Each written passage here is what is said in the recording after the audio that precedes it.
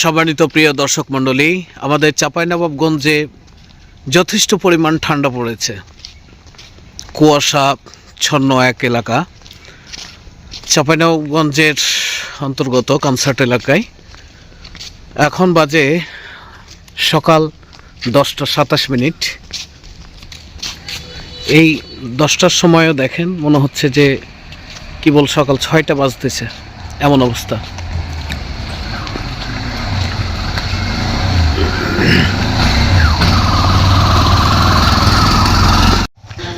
এই ঠান্ডা যেন মানুষের চলাচলে বিঘ্ন হয়ে দাঁড়িয়েছে এবং এই ঠান্ডার জন্য সমস্ত মানুষের রাস্তায় চলাফেরা সীমিত আকার ধারণ করেছে।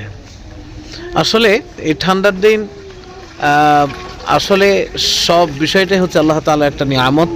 এই ঠান্ডার দিনেও নিয়ামত, গরমের দিনেও নিয়ামত। আল্লাহ তাআলা যেটাই দেন সেটাই আমার জন্য উপকার, সেটাই আমাদের জন্য নিয়ামত।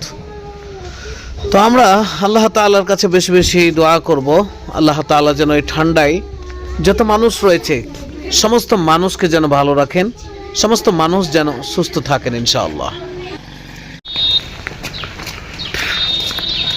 সম্মানিত দর্শক, এত ঠান্ডার ভিতরে আসলে মানুষের চলার অত্যন্ত সমস্যা। তবুও মানুষের জীবিকার তাগিদে প্রত্যেকেই রাস্তায় বের হচ্ছেন, বিভিন্ন কর্মক্ষেত্রে বের হচ্ছেন। সকাল 10টায় হাঁটি, তবুও মনে হচ্ছে যে সকাল 6টার সময় বের হয়েছি, এমনটা মনে হচ্ছে।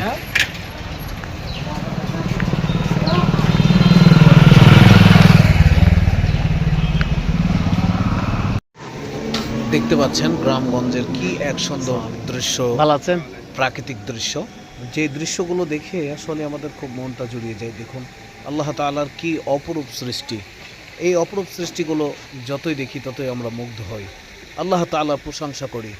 সবাই দেখতে পাচ্ছেন কি সুন্দর প্রাকৃতিক দৃশ্য। বৃষ্টি হচ্ছে না, আল্লাহ তাআলা আমাদের জন্য এই নিয়ামতগুলো সাজিয়ে রেখেছেন। না এমনিতে উপর দিক দিয়ে, অথচ আমরা মুসলমানেরা এই নিয়ামতের শুকরিয়া আদায় করি না। ভালো থাকবেন, দোয়া করবেন। আল্লাহ হাফেজ। আসসালামু আলাইকুম ওয়া রাহমাতুল্লাহ।